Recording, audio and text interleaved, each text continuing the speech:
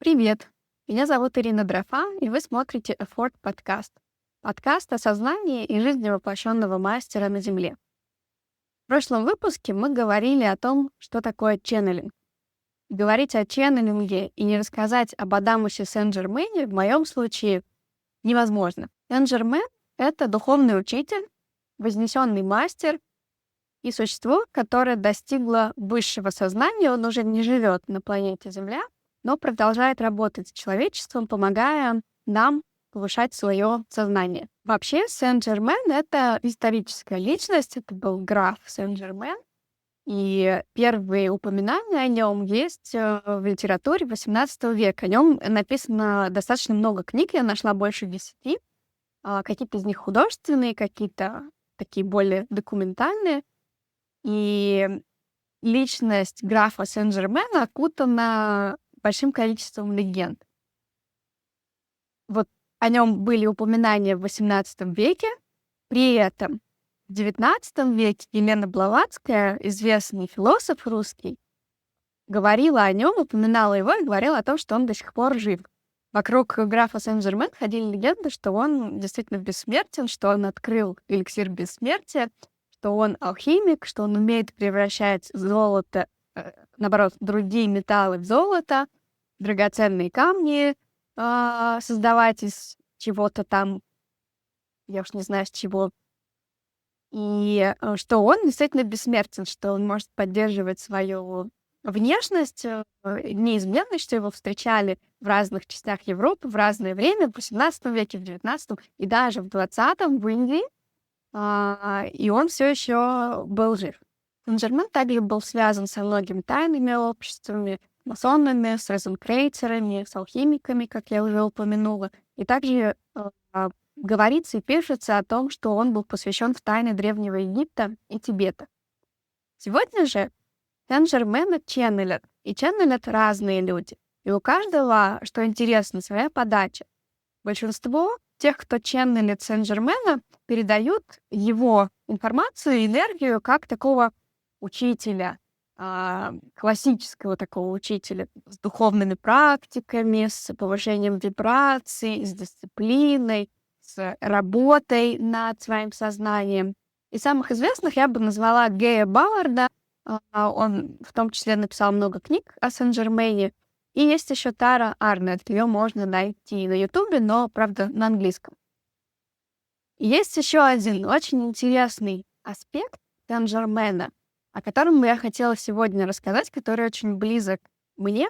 Это Адамус Сен-Жермен. Адамус Сен-Жермен — это аспект Сен-Жермена, который работает с пробужденными людьми и с воплощенными мастерами. Его ченнелит Джеффри Хоппе, основатель Алого круга, Crimson Circle по-английски. И эти записи можно найти на Ютубе, к ним есть абсолютно свободный доступ.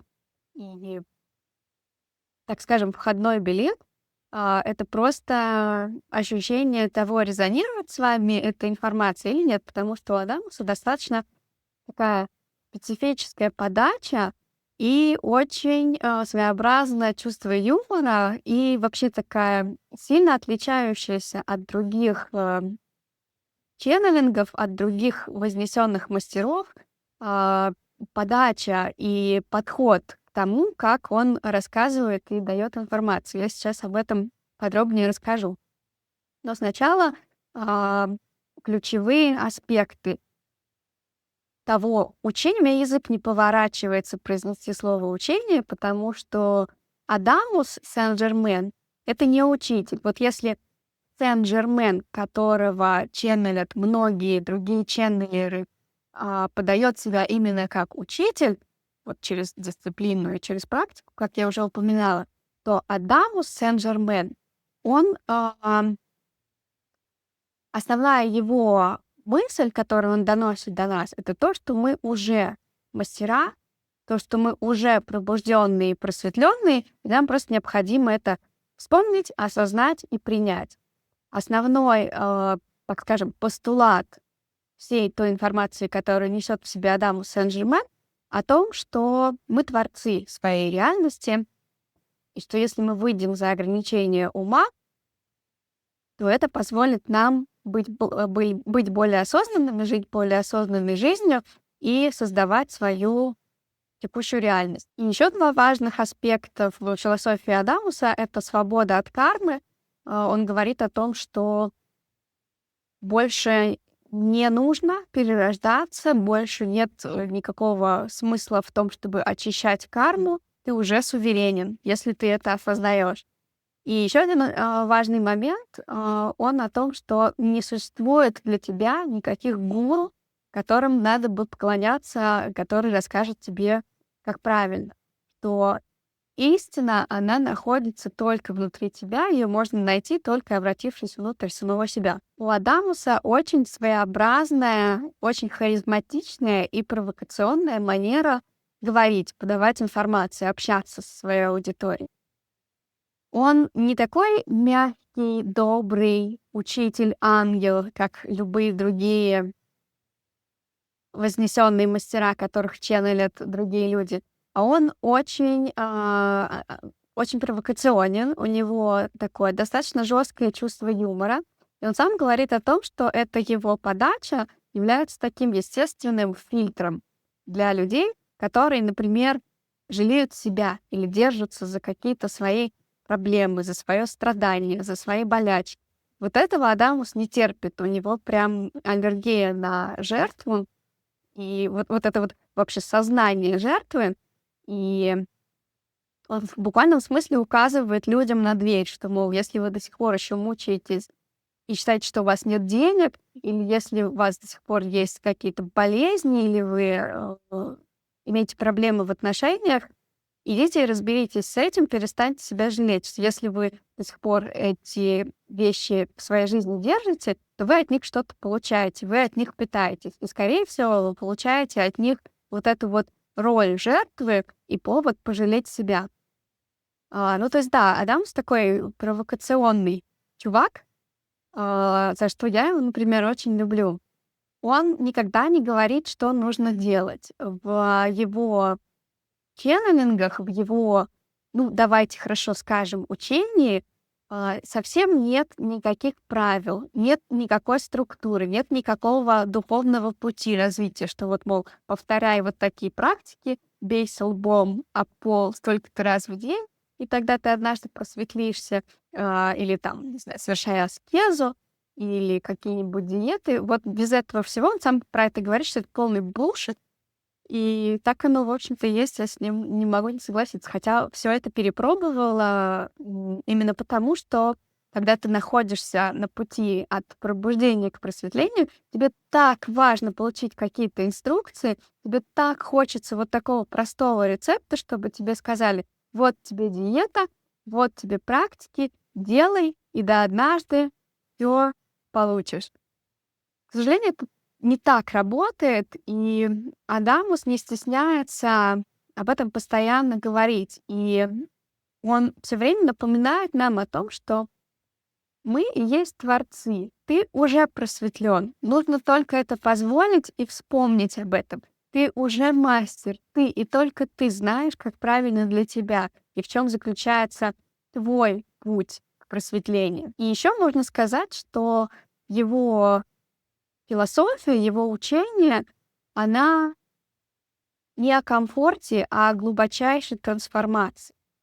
Согласитесь, что конкретные рецепты, конкретные практики, они, какими бы они ни были, может быть, неудобными и непривычными для нас, они все равно в какой-то степени про комфорт. Как минимум комфорт ума. Они дают вот это вот ощущение предсказуемости, что ты шаг за шагом будешь повторять определенные действия, и это будет означать, что ты находишься на пути от пробуждения к просветлению. Вот этого комфорта Адамус не дает. Может быть, к сожалению, но, на мой взгляд, к счастью.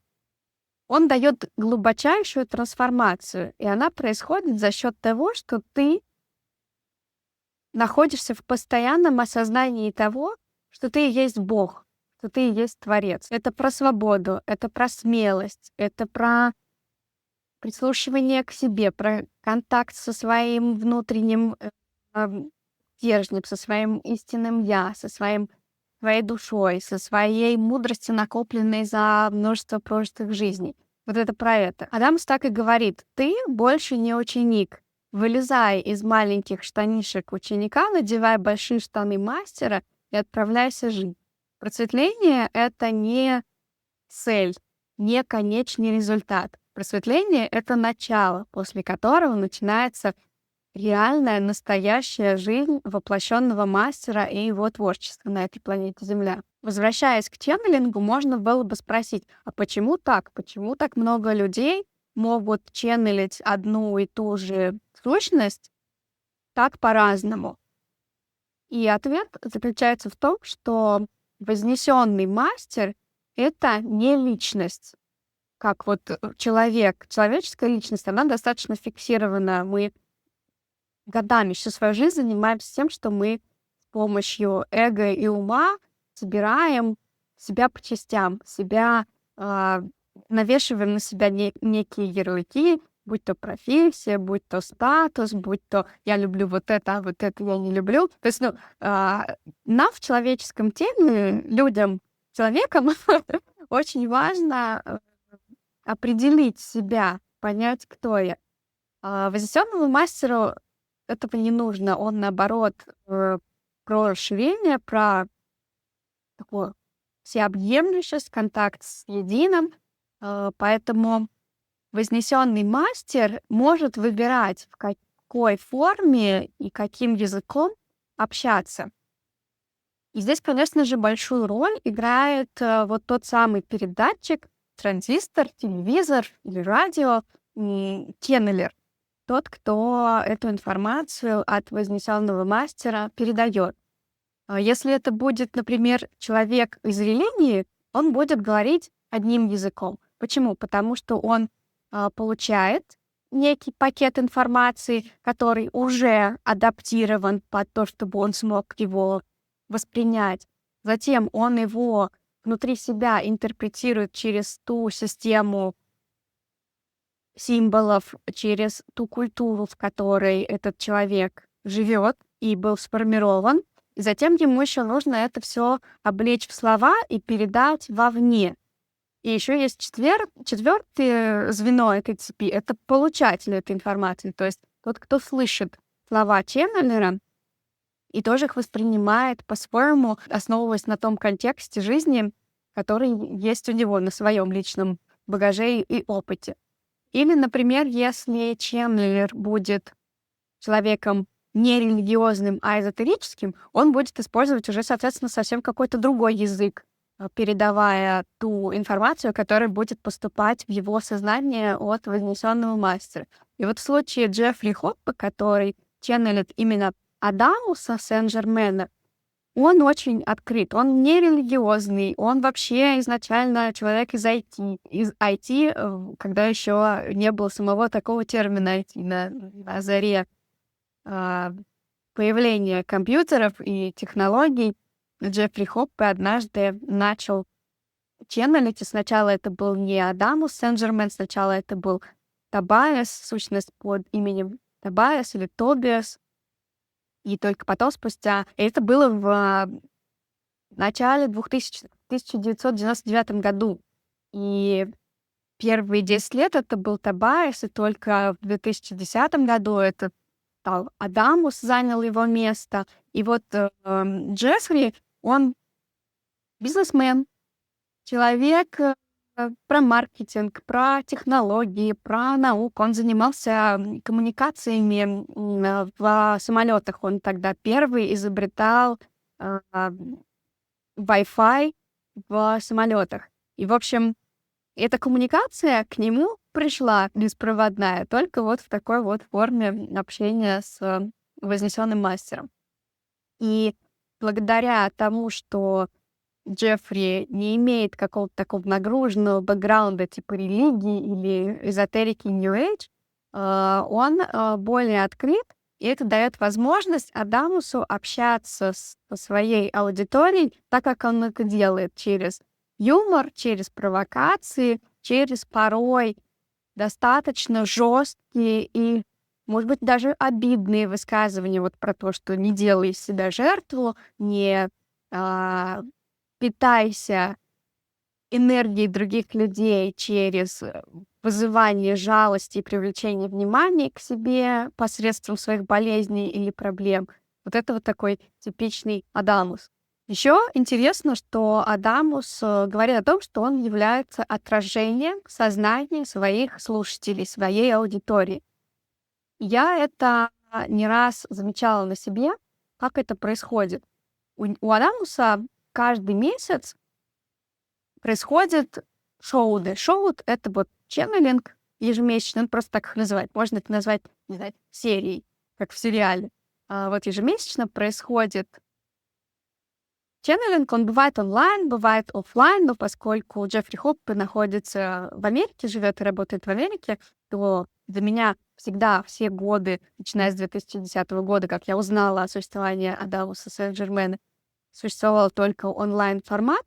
И когда я прихожу каждый месяц лайв или потом в записи смотрю шоуды Адамуса, ченнелинги Адамуса, я каждый раз с удивлением обнаруживаю, что те, может быть, вопросы, а может быть, инсайты, над которыми я раздумывала, которые произошли со мной за прошедший месяц, за там ближайшие пару недель, он об этом говорит. И каждый раз я прихожу на шоу, и каждый раз из года в год, из месяца в месяц.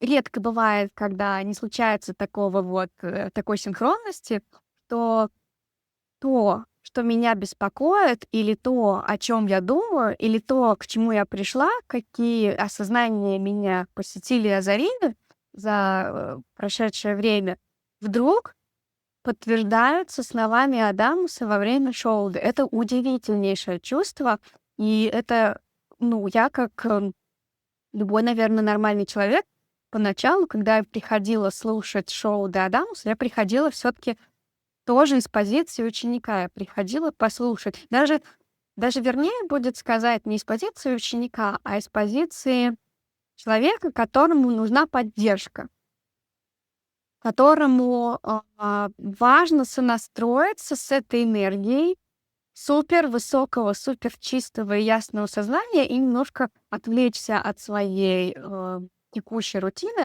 И вы можете себе представить, насколько это потрясает, когда ты приходишь слушать шоу, а вознесенный мастер говорит ровно то, о чем ты думала, и подтверждает тебе, мол, да, так оно и есть. Это офигеть.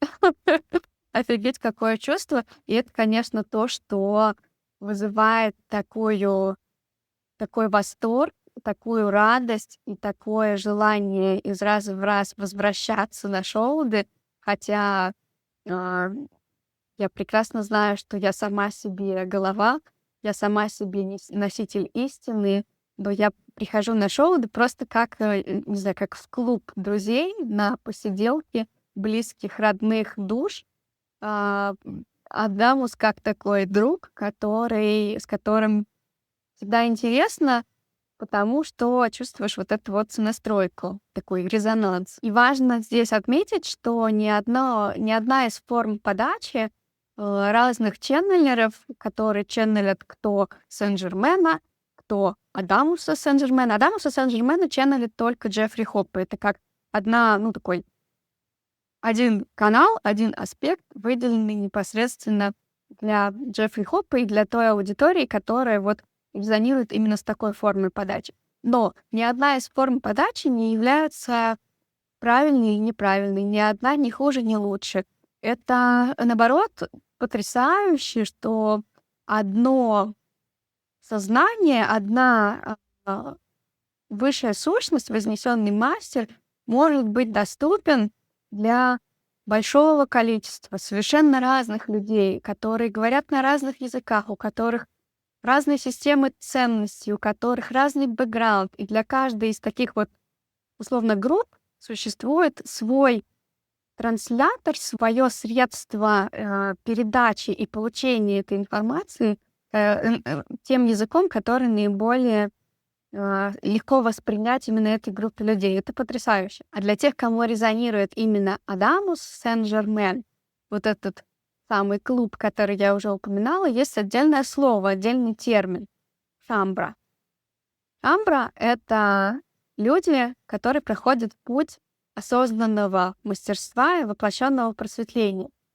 Слово «шамбра» Адамус часто использует в своих ченнелингах именно для того, чтобы вот определить свою аудиторию, тех людей, которые резонируют с ним, с его информацией. Считается, что слово «шамбра» появилось еще в Средневековье. Это было такое кодовое слово, кодовое название для мистиков, философов, алхимиков, для искателей истины. И шамбра — это души, которые много-много раз воплощались на Земле в разные эпохи и помогали подготавливать почву для развития человеческого сознания. А в современном мире сегодняшние шамбры, ныне живущие, это те самые души, которые в очередной раз вернулись на планету Земля, чтобы совершить самое главное, то, к чему готовились все эти множество жизней, уже прожитых на Земле, для того, чтобы прийти и прожить здесь воплощенное мастерство, чтобы достичь просветления и остаться в человеческом теле, жить и творить свою реальность, свою жизнь, отбросив любые догмы, любые религии, любых гуру, и стать воплощенным творцом. Шамбра — это люди, которые выбирают путь воплощенного мастера вот в этой вот текущей 3D-реальности. Это не про аскезу, не про уход в монастырь или какой-то другой духовный путь. Это про то, чтобы продолжать ходить на работу, продолжать строить отношения, пить вино и при этом осознавать себя, свою божественность, осознавать себя творцом, осознавать, что энергия тебе служит, что именно ты своим сознанием направляешь энергию, которая дальше воплощается в материи.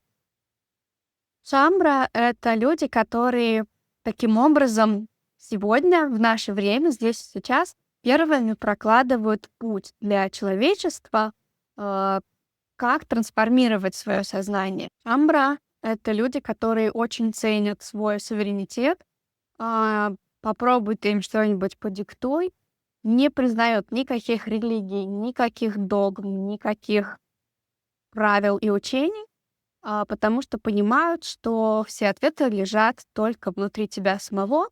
И еще шамбра — это люди, которые вышли уже из игры в дуальность, то есть нет ничего того, что хорошо или плохо, что правильно или неправильно. Есть только опыт, который обогащает твою душу. Как понять, являешься ли ты шамброй, если ты сейчас меня слушаешь, если тебе откликается или отзывается, и кажется, что это все очень похоже на тебя и на правду, то, скорее всего, ты и есть шамбра. Совершенно даже не обязательно слушать ченнелинги, слушать Адамуса, но ради интереса я бы советовала: попробуй, найди на Ютубе и просто послушай несколько шоудов, название которых тебе отзовется. Они, правда, на английском языке, но есть всегда субтитры, они всегда в хорошем качестве. Вот. Я, например, так по шоудам Адамуса выучила английский язык. Ну, по сериалам и по шоудам. То есть, действительно, еще там в 2015 году, когда я прямо активно совсем вообще каждый месяц стала слушать шоуды, у меня не было таких хороших знаний языка, и у меня не было возможности, тогда еще на YouTube практически ничего не выкладывали, и не было возможности слушать с субтитрами и смотреть. И я в какой-то момент, мне так хотелось, что я просто стала слушать как есть, по-английски. И думаю, пойму 10%, хорошо, пойму 20%, еще лучше. И я в какой-то момент осознала, что я не знаю этих слов, но я понимаю смысл произносимого. Я таким образом, как бы так сказать, обратным путем стала учить английский язык. Я его, можно сказать, впитала за эти годы вместе с шоудами. Какие-то слова я прям в процессе, конечно, поисковике гуглила, что значит именно конкретно это слово, но в целом я просто садилась, включала шоу, расслаблялась и пыталась впитать в себя как можно больше информации, которая идет через Джеффри не словами, а энергией, потому что любой ченнелинг — это же всегда пакет информационный, и слова — это уже такой продукт. Это когда ченнелер посредством слов пытается передать смысл того, что он только что получил, какую информацию. Но ты можешь просто находиться рядом или даже не находиться рядом, а как я в моем случае смотреть онлайн, и ты таким образом тоже подключаешь свое сознание к сознанию этого самого вознесенного мастера и, в общем-то, напрямую получаешь ту самую информацию. Что-то я отвлеклась. Это я все к чему? Это я к тому, что если резонирует, посмотри шоу, ты просто проверь для себя, насколько тебе отзовется эта энергия и эта форма подачи этого ченнелинга. Хотя я, например, знаю многих шамбр, у которых есть партнер, там муж или жена, или девушка, или парень, или какие-нибудь близкие родственники, которые, как говорят шамбра, мол, он вообще не смотрит никакие шоу, да и считает все это какой-то моей блажью, все эти ваши эзотерические темы. Но мне кажется, что он шамбра или она потому-то, потому-то, потому-то. И я в это охотно верю. Я считаю, что чтобы быть шамброй, не обязательно, опять-таки, по правилам регулярно, как по расписанию, ходить на какие-то встречи и смотреть какие-то ченнелинги и шоуды.